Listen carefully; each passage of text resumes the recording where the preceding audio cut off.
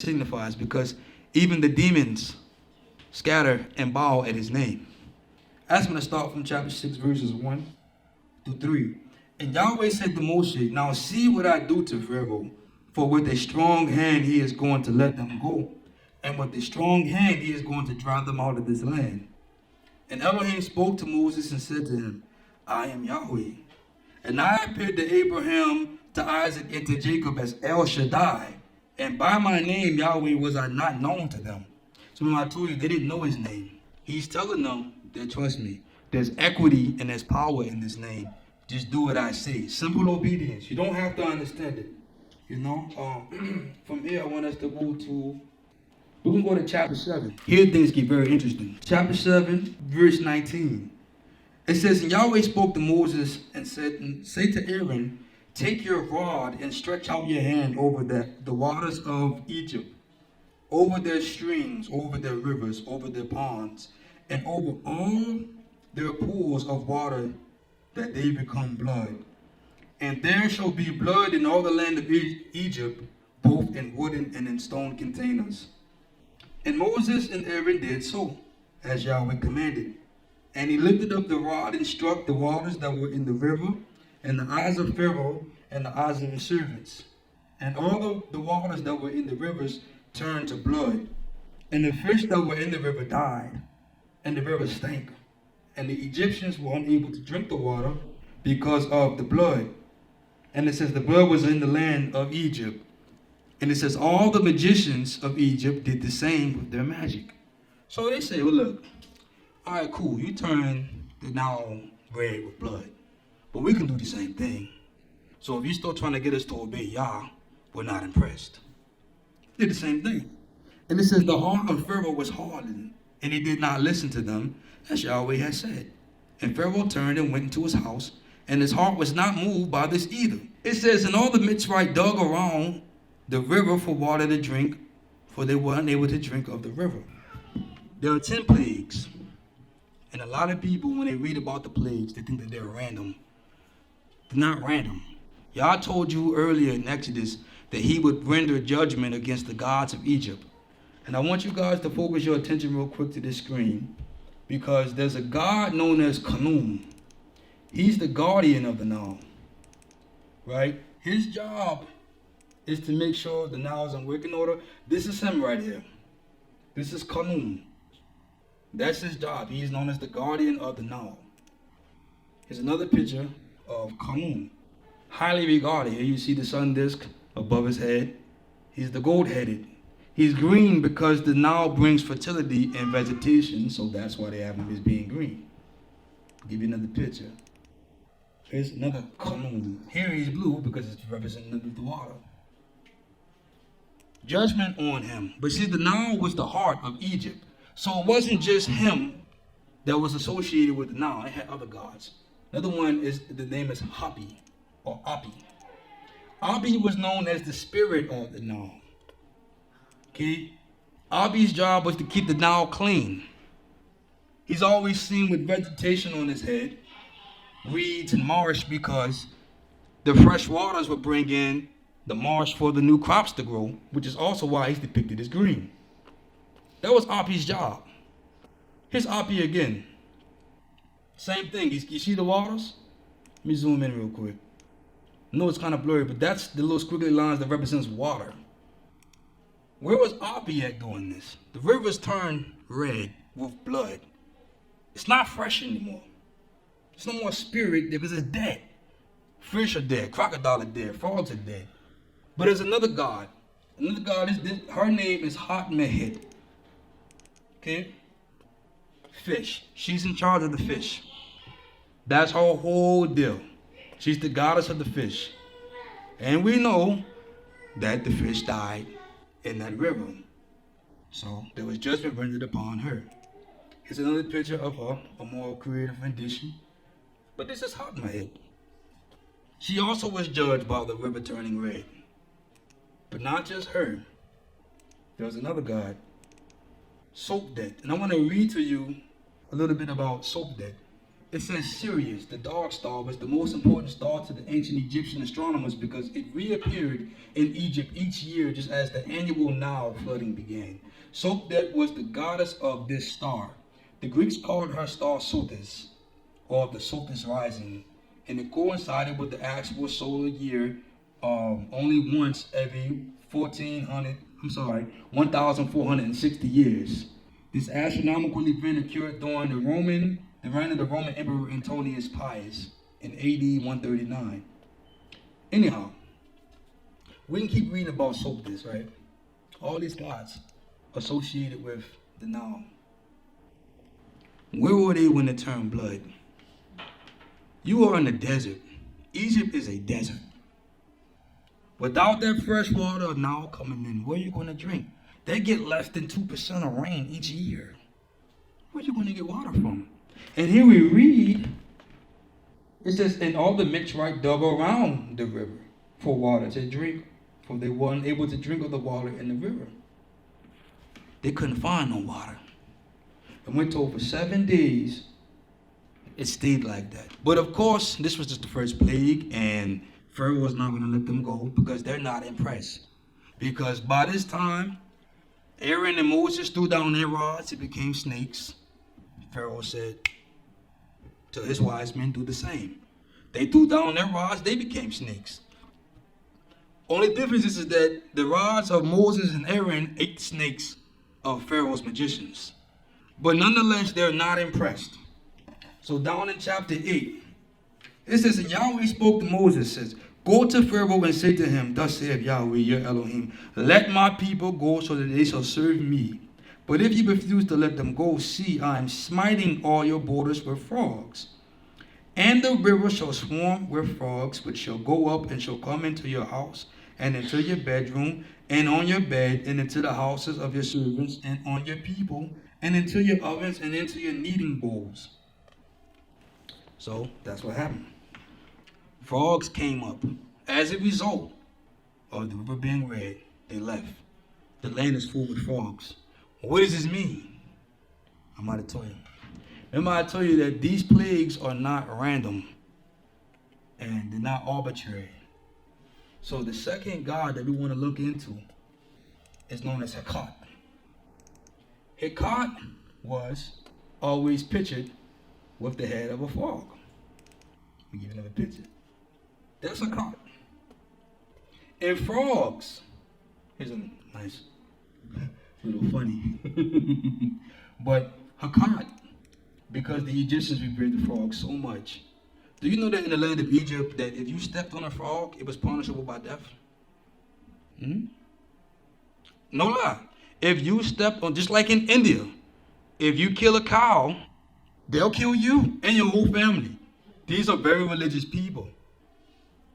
If you stepped on a frog in the land of Egypt, that was punishable by death. Now, y'all just told them that frogs, whom you guys venerate so much, are going to be everywhere. Good luck not stepping on one. Where is the goddess of the frogs? Why is she not keeping them back? You can't keep the veneration of the frogs because they're everywhere. Now you gotta kill them. You don't want frogs in your kneading bowl. You know what a kneading bowl is? When you knead dough. How many of y'all gonna eat dough or bread made with something that had a frog in it? They're no longer cute. They're no longer holy anymore. They're a pestilence. Judgment on the goddess Hekat. Easily. I also want you to consider that in what river were the Hebrew babies, the boys, drowned in? The Nile. They ran that river with blood. Pharaoh wanted blood, and he got it.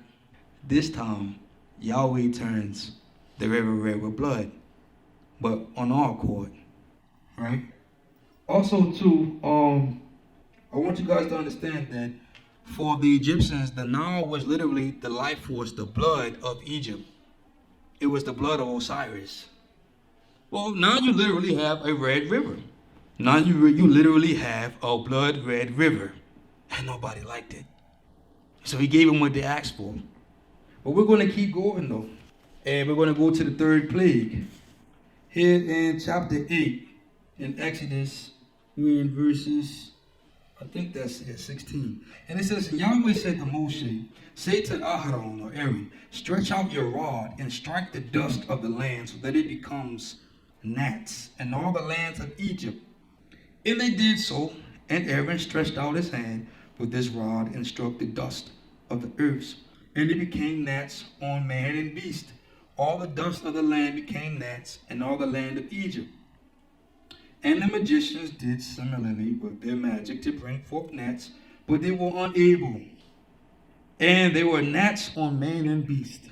And the magicians then said to Pharaoh, this is the finger of Elohim.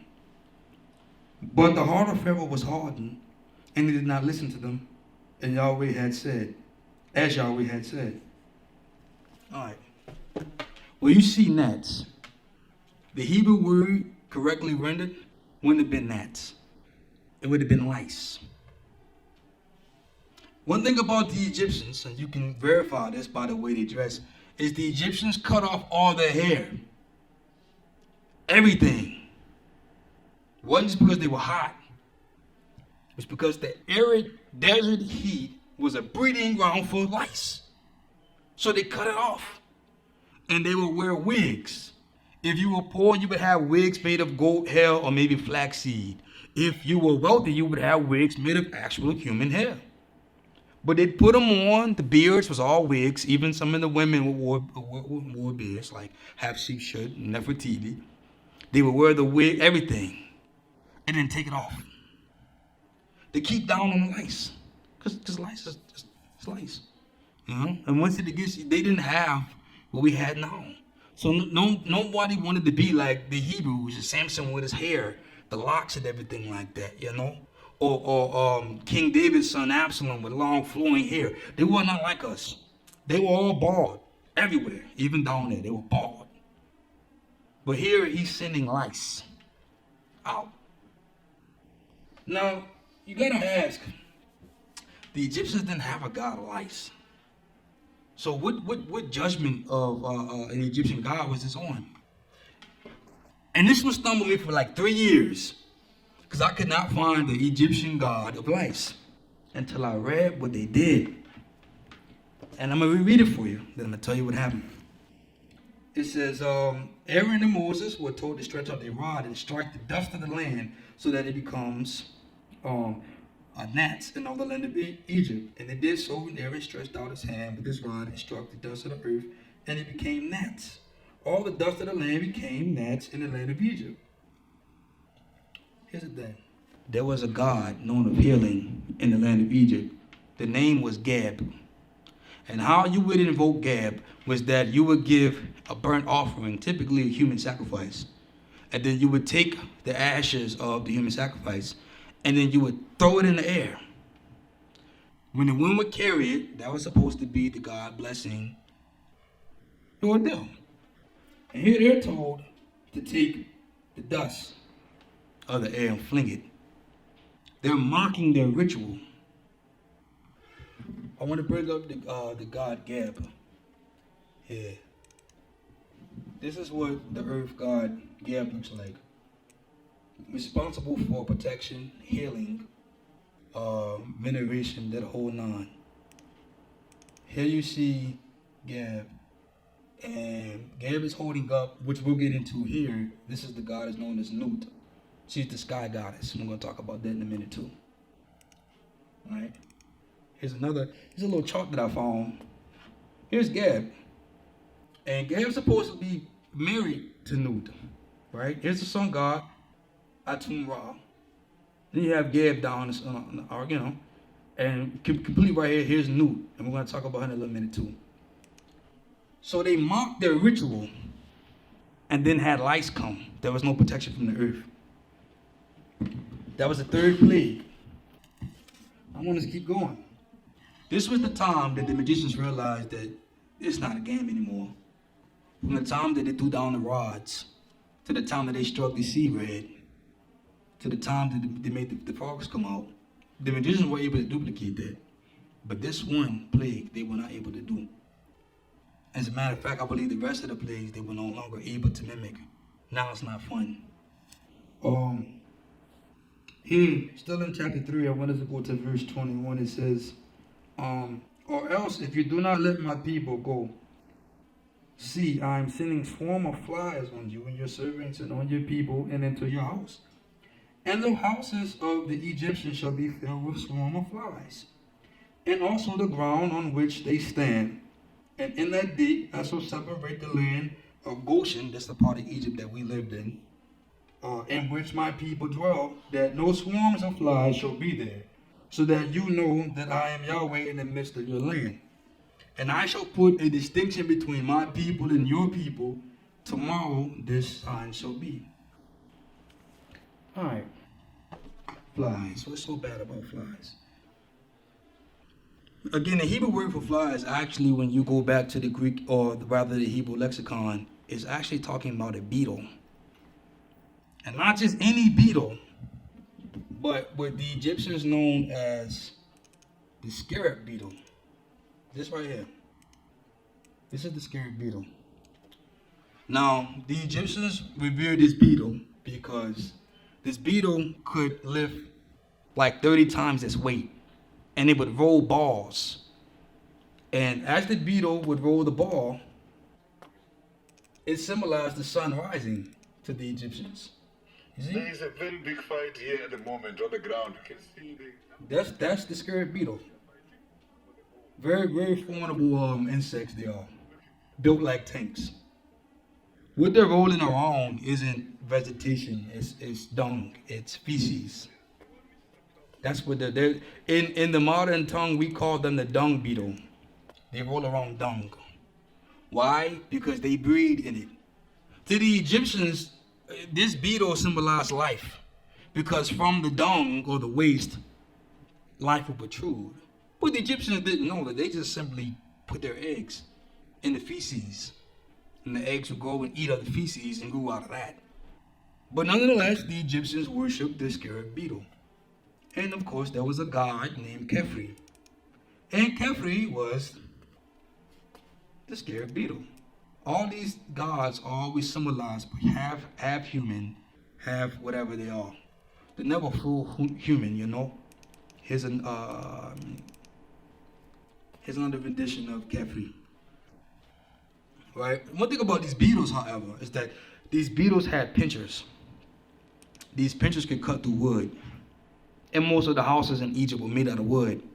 So when they sent the swarm of these beetles, they ate up everything. They ate the wood. They damaged a lot of infrastructure, a lot of monuments. You know, the Egyptians were big on buildings.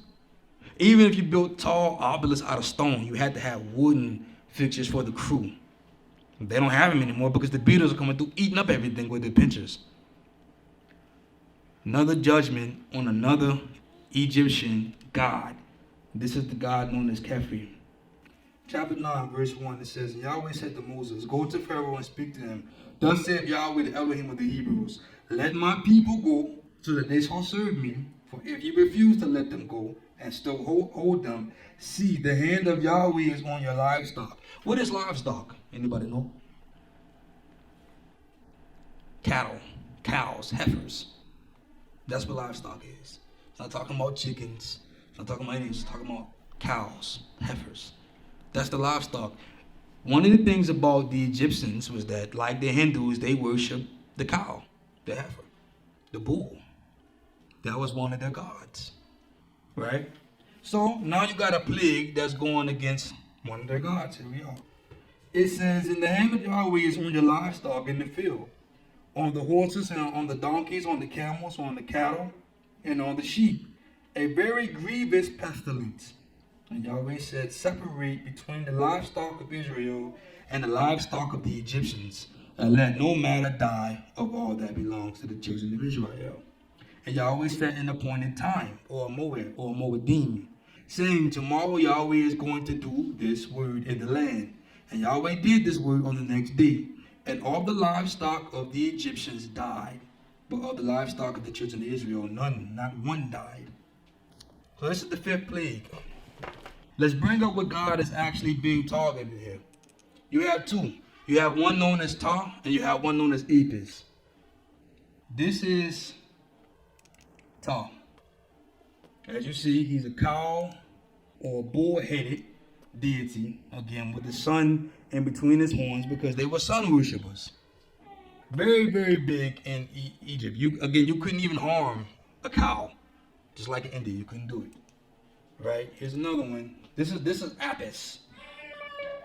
This is the same cattle, or the golden calf, that we created in Mount Sinai that caused 3,000 Hebrews to die. Because we knew very well about this animal here and the worship thereof. And make no mistake about it, you have the sun behind it, and in front of it you have the serpent. This is who these people ultimately worship, the serpent. The good old serpent in Scripture known as the devil. Here's another rendition, the Apis bull or Ptah. Highly venerated. Highly. The Apis bull had its own cult following in Egypt, outside of the other gods, because that's how important it was. Now, one of the most famous and sacred animals in Egypt, and that's no lie. And here now they're dead. They're dead. Bow! Like that. Boy, you look over the river and you see the Hebrews, they got cows, and they just chilling. Well, normally you'd call it mad cow disease, but mad cow disease isn't discriminatory. If it kills one cow, it can kill the next. But how come their cows ain't dead over there? There's a distinction that's being made. Again, they don't know the name Yah. Right? In the land of sorcery and black magic and all of that, Egypt, Yah's name has no weight, no merit, but it's getting there now. Like I said, they didn't know at the beginning of the chapter, they're going to know at the end. Then let's continue. In the same chapter, in verse 8, it says, "And Yahweh said to Moses and Aaron, fill your hands with the ashes from the furnace, and let Moses scatter it over towards the heavens before the eyes of Pharaoh. And it shall become fine dust in all the land of Egypt. And it shall cause boils that break out in sores on man and beast, and in the land of the Egyptians, so that they took ashes from the furnace and stood before Pharaoh, and Moses scattered them towards the heavens. And they caused boils breaking out in sores on man and beast. And the magicians were unable to stand before Moses because of the boils. And the boils were on the magicians and all the Egyptians." This is another plague. This is actually plague number 6. Remember earlier we talked about them giving burnt offerings and how they would let the air carry it. The Egyptians were big on winged creatures. This is another thing. There was a god, and I believe her name, Sekhmet, was a healer. Because she was always depicted with the head of a lion. Because she was also a warrior healer. And in order to get her attention, the same thing. You'd have to give up a little child. About your age, Josh. And burn them. Burn them up. Take the ashes, again, from the furnace that you were burned in. Throw it in the air. Issue a prayer in the name of this goddess rather. And then she would heal you and or protect you. This is her. Another rendition. Very bloody, but her following was a very bloody one, because it always involved some type of sacrifice. You couldn't get her to do anything without killing one of your children. That was super dead. Here we're told to be wise as serpent, but as innocent as the doves. And you are not going to understand these plagues until you understand the people who were plagued with it. Until you understand these serpentine people who I just told you, they always have the serpent in their crowd. You have to know who they worship in order to understand why they got hit with the plagues they did. Yah told you in the beginning of the chapter that he's going to render execution on each Egyptian god. And he's doing that down to the T. All right? So again, they're being mocked. Because Aaron and Moses is told to take ashes from the furnace. And they stood in front of Pharaoh and all his servants. And it says, and throw them into the air. Throw them towards the heavens. Normally when you threw the ashes towards the heavens for this goddess, she would render protection. Now when we do it, it caused boils. It started breaking out in sores. The opposite happened. Oh, y'all still think it's a game. Still think it's a game. He's rendering judgment. Where is she? Where is this goddess right now? Where is she when this is happening? Because that's how you invoked her. This is ritual that's happening right now. And where is she? Nowhere to be found at all. Who are you going to call on for protection now? Let's keep going. Same chapter in verse 18, it says, see, tomorrow about this time, I am causing a very heavy hail to rain down. It says, such as not has ever been seen in Egypt, from now until its founding. And now bring back your livestock to safety, and all that you have in the field, for the hail shall come down on every man and every beast which is found in the field, and is not brought home, and they shall die. Those among the servants of the Pharaoh who feared the word of Yah made their servants and livestock flee to the houses. So here you see some of the Egyptians. They're starting to understand, okay, this deity, whomever he may be, means business. And hey, Pharaoh, we like you. Like, we hope you get reelected, but I'm going to go ahead and take what's left. No more water. Got frogs everywhere, lice. Boils. Egyptians not looking so good right now. Cattle already died, so what little cattle was left, you're like, hey, let's come over this way. Because where are you going to get food from? You can't even feed the cows, because we're going to find out what the next plague is, right? So the Egyptians do that, and this is not regular hail. Egypt would never get hit with hail. I told you, it's an arid place. They get less than 2% rainfall annually. But now you tell me they're getting mega-sized balls of hail? Okay, so down in verse 21 it says, but those who did not fear or did not set their hearts on the word of Yah left their servants and their livestock in the field. Then Yahweh said to Moses, stretch out your hand toward the heavens, and let there be hail in the land of Egypt, on man and on beast, and on every plant of the field throughout the land of Egypt. Then Moses stretched out his hand, or Moses stretched out his rod toward the heavens. And Yahweh sent thunder and hail, and fire came down to the earth. And Yahweh rained hail on the land of Egypt. Thus there came to be hail and fire flashing continually in the midst of the hail, very heavy, such as had not been in all the land of Egypt since it had become a nation. And the hail smote all in the land of Egypt, all that was in the field, both man and beast. And the hail smote every plant of the field and broke every tree of the field. Only in the land of Goshen, the land that we were in, where the children of Israel were there no hail. One of the important notes about that is that it talks about the green plants. Egypt has a lot of flax. Flax is good for you. Flax seeds is very good. Flax is also very universal. You could use it to make clothes, baskets. I mean, you name it. Shoes, hair ties, ties for weapons. And it's their last source of protein and fiber. And it's getting hit by hail. That's their last bit of vegetation. Bow, gone. Now, you know with hail, you can't kill off everything, but you're going to destroy it. You're going to destroy it. So now it's being brought down. Back to our list here and find out what God was that. There's no God of hell in Egypt, but there is a God of the sky. And her name is Nut. And she's always symbolized in this position. Looks like a yoga position to me. With the stars and the galaxies in her formation. She outstretches like this because Earth is supposed to reside here. And she's supposed to protect all of the inhabitants of her worshipers on Earth. But obviously we know there's hell coming down. She's not doing a good job. Get into the picture. Oh, what a pretty rendition of the goddess Nut. Very, very beautiful. No, this is not done by coincidence. This star being in her center. Here, remember, this is the pineal gland, the serpentine gland that most of the pharaoh's headdresses would have the serpentine protruding from. And as beautiful as she may be, I need y'all to wake up because that's a demon. You gotta understand that the devil doesn't play like you think he plays. If everyone knew what the man looked like, everyone would be post-bomb. But he doesn't come to you like that. Him and his constituents are very beautiful. Super beautiful. And if you're led by the eye, then you're going to be attracted to that.